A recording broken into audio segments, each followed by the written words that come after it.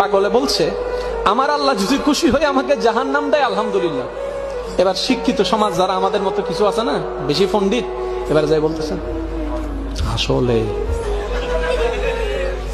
সবাই চাই জান্নাতে যাইতে, এ পাগলে চাই জাহান্নামে যাইতে। কত বড় গাদা।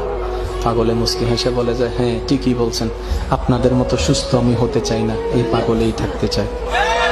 এবার তাদের একটু টনক লটলো, কই কেন? সবাই চাই জান্নাত, তুমি চাচ্ছ জাহান্নাম। বলে যে, ভাইয়ারা আপনারা মনে হয় আমার কথাটা খেয়াল করেন নাই, আমি বলেছি আমার রব যদি খুশি হয়ে,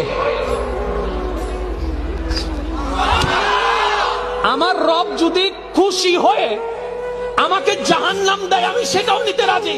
বলে যে এখনো বুঝলাম না। পাগল বলে জ্ঞান দিয়ে রবের বিষয় বোঝা যায় না, দিল দিয়ে বুঝতে হয়। আরে শুনো, রব যখন খুশি হয়ে যাবে জাহান্নামটা জান্নাত হয়ে যাবে।